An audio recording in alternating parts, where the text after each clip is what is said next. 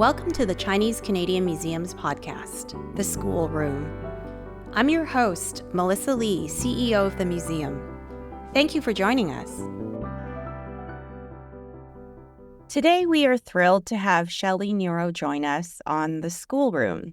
Shelley is a member of the Turtle Clan of the Mohawk Nation from Six Nations of the Grand River.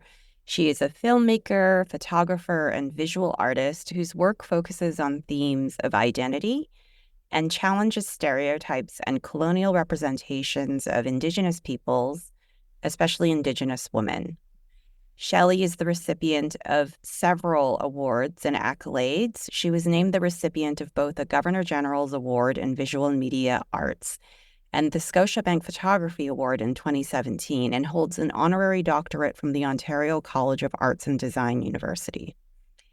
As a filmmaker, she has most recently served as the director for Café Daughter, a film based on the experience of Dr. Lillian Eva Kwandik, Order of Canada, who is of mixed Chinese and Cree ancestry. Welcome, Shelley, to our show. Thanks so much for taking the time to be here. Thank you for inviting me. Do you want to begin by just telling us a little bit about your work? Maybe why you're interested in working in the medium of film or in others and telling stories? Well, I do a lot of other kinds of work. I do painting, photographies, beadwork, and some sculpture. And film is kind of a combination of everything that you can possibly think of. You have to think of the composition, the dialogue, the tone of the film, and the content. And I think film is such a great medium because you're involved with people. And all the other practices that I'm involved with, it's mostly me working in my studio, so it's kind of like an isolation. When I finally have my photos ready to get printed, I can go to the printer and talk to him for a little while. Whereas film involves so many people that it makes it so stimulating. Not only is it an idea that I'm trying to make, but you're getting feedback from other people as well. And because it's film, there has to be a certain amount of understanding of what the theme is and where the film is going. And you really need those kind of that feedback to really, see if the point you're trying to make is getting across. And it's such a collaboration between wardrobe, soundtrack, the editor is such a major part of the film that I just find it's just really kind of can go on and on and on. And at some point you have to say, okay, now we have to stop doing this. We have to start working on finishing the film. So there's a lot to it. I hear other directors talk about how they think about filmmaking as a team sport. And it sounds to me from what you say that it is very much in that way, where you as the director have a particular theme and narrative, but it takes a team to put it together and bring it to life. Would that be accurate? Yeah, that's so accurate. You really do need a team, and you have to listen to your team too. It's not like I'm going to come in here and you're going to tell you what to do and you're going to have to, make this happen. It's like the team has to respond with, well, how about if we try and do it this way? And I've chosen these fabrics for this reason. And because not only are they participating, but they're also bringing their own artistry into the whole creation as well. Because I like to think that I'm working with other artists and they are also bringing 100% of their own artistic perspective to what we're all trying to do, and I'm always blown away that in the end, it's like, wow, that's pretty amazing. That's even better than what I even imagined. It really just floors me that people can bring in so much more than if it was just me and, doing my own little thing. And how did you become interested in Lily and Dick? Ken Williams and Keith Locke, I believe they were research partners, and I don't know how they wanted to find out about Lily and Dick, but Ken wrote a play called Café Daughter, and I think he wrote that play maybe 12 years ago, based on the young life of Lily and Dick. They approached me and asked me if I'd be interested in directing a film version, and I said, yeah. I didn't really know that much about Lily and Dick at the time, but the challenge of turning Ken's play into a film is really kind of like, I've never done that before. it's a little bit scary because you're taking somebody else's work and you're transforming it into, you know, something that I'm hoping he would like. But at the same time, it's like following my own artistic pursuits. And so it happened just before COVID. So I took those years of COVID and I applied it to writing the script.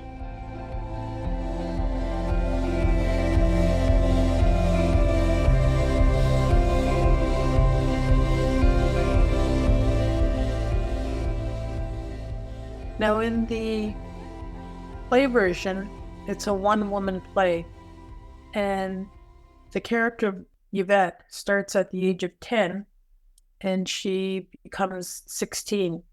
Maybe she becomes older too, but it's really about those teenage years and the younger years.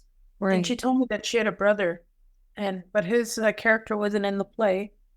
And after I talked to Lily and I sort of found her phone number, and she, we talked for a lengthy time, and she told me she had a brother, and then she gave me his phone number, and I phoned him, and we talked for a lengthy time as well. And they were both so personable, so friendly, so generous with sharing their story that I included his character into the script, the film script. And it just became, just started to become layered and layered. And so that's how Café Daughter came about. So it was originally a play, and then I turned it into this script, which is now this film that's being shown. And what are some considerations that you think about when you're turning like the medium of a play into a film? You mentioned that the play is really more focused on a solo character, Lillian, and she carries, whereas films, maybe, does it happen to be more all-encompassing because you're moving into almost a landscape or an environment, a whole new world? Yeah, well, the play has a single character on stage for an hour. And the single character goes through all these other characters. So she brings in other characters like I think her mother, her grandfather, her aunt. Whereas the film, you can really think about the environment that's going on in front of you. So, for instance, the family goes to her mother's reserve, and it's about inventing what a reserve would look like in the late 1950s. And you really have to think about what's going to look like, what's going to be there, how are we going to develop this part of this film so that we feel like we're there at that moment. I love film because of the camera can be on a single individual for a few seconds, but within those few seconds, that the facial features of that person can tell you a lot what's going on. Like, are they agreeing, disagreeing, are they sad, are they happy? And so that's one of the things that I just love about looking at film and being part of the film, because it's really subtle, and it's one of those just fantastic things about watching actors work. And your film tells the story of a fictional character by the name of Yvette Wong, but based on Lillian Dick. What were some parallels between Yvette and Lillian's lives, or where did you decide to kind of defer? I know you mentioned you included the story of Lillian's brother, but where did you think it was important to expand, or where did you think it was important to kind of fall very accurately in Lillian's original life? That's a difficult question because I really don't know Lillian's life. I went by the play that was given to me to look at and reconstruct as a film. In the play itself, there's things that happened that I thought weren't resolved, and I thought, well, within the film I have to resolve them. One of them was the relationship between Yvette's mother and Yvette's father. And in the play, she leaves the reserve after she goes there to get help from him. He's a medicine man, but he also starts drinking, and she gets really angry, and she, says, we have to leave. And, you told me that you can't make medicine if you're drinking. So she leaves, and then, we never see them again in the play. But in the film version, I always thought there has to be some kind of resolution where the family does get together. I don't know if that really happened in Lillian's life, or if she ever did meet her grandfather or her relatives from that reserve. But in the film, I just wanted to like close it and have them come and be part of her life when she's graduating from high school. Another one of the things in the play was she has a friend named Maggie Wolf, and something happens, and Maggie says, "I'd never want to see you again." And in the play, we don't see her again. But in the film, I wanted it to be resolved that they're both friends, and they do have to resolve it when they do become good friends. Lillian said she never had a friend like Maggie Wolf, but she wished she had, But it's just those little things that I had to figure out how to do and not destroy the story that was going on. That's really fascinating because that gives us a little bit of an idea of your process as a filmmaker.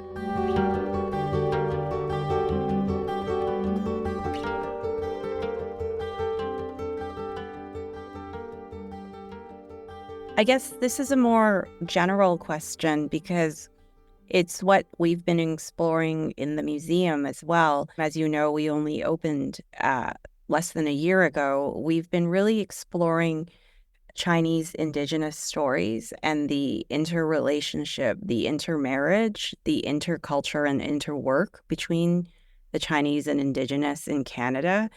Have you come across other stories like this, or was there any other kind of interest beyond this particular story, or have you heard about it before when you were in your past? I was unaware that the Chinese and Indigenous people really, they got together more. I don't know if it's more for survival. I like to think there was love involved too, but it just became a period where Chinese people, Indigenous people sort of, had to figure out how to live together and keep going. So I don't know about those kinds of relationships too much because I'm not in British Columbia, but I think it's really prominent out there. It is. Have you talked to Lillian after Café Daughter was made, and what was her reaction? And what did she think of the film? Well, I took the film, it wasn't finished. It was a rough cut, very close to being finished, but I wanted her to see it before we got to that point where it was finished. I wanted her to say, no, that's not exactly the way it was, or I don't like this piece or whatever. But I did take it to Saskatoon, and her brother, Winston, was also able to come and see it. Winston has recently passed away, but he did see the rough cut of the film. Just last week, Lillian and we took the film to George Gordon Reserve in Saskatoon, or Saskatchewan. It's a 2.5-hour drive from Saskatoon, and we showed it at the reserve there. And I think she really likes the film.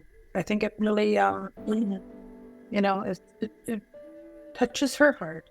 And I told her that after I had seen the film, like the first time the film was finished, it was in a studio, and there were maybe 5 people in that studio. And it was just after the sound got done, everything was just like finished. And we sat and we watched the whole thing. And after watching it, we were all so emotional about seeing this film. And, I don't know how many times I've seen it now, but I swear the first 10, 12 times are like, oh my God, it's still with me. It still like breaks my heart to see this film. But, I think Lillian likes it. And what are some reactions that you've received even from other screenings? I know you had a screening at Emily Carr University and did other communities. Right. It's been well received. When I showed it in the Remy this past week, one young woman got up and said that when she was going to school, I think it was Catholic school, her aunt would make her up to look like a Chinese girl, because she said that she was better accepted by the nuns as opposed to looking like an Indian girl, which is really distressing, imagine. So it was really good to hear from her, and her sharing her story.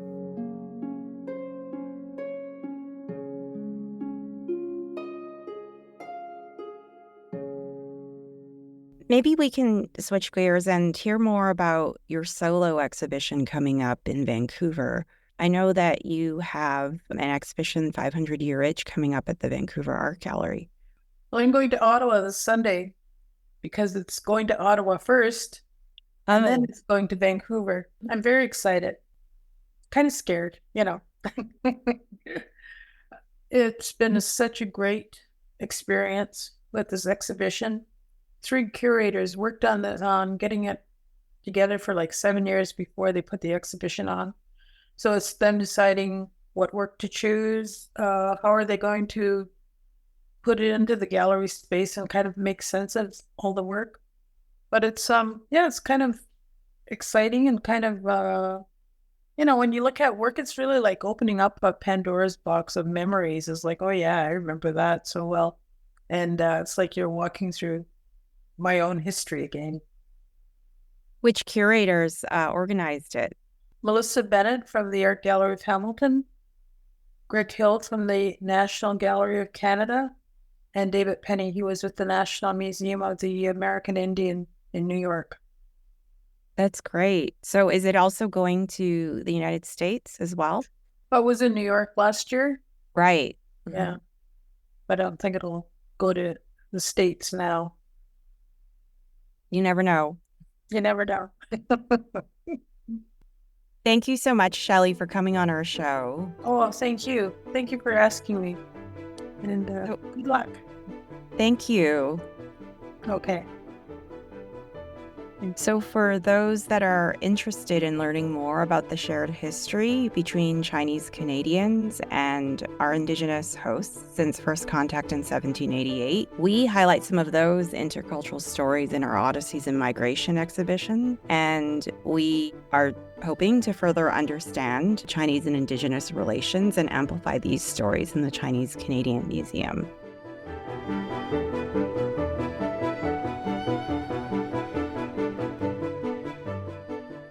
This podcast was recorded on the traditional territories of the Musqueam, Squamish, and Tsleil-Waututh peoples.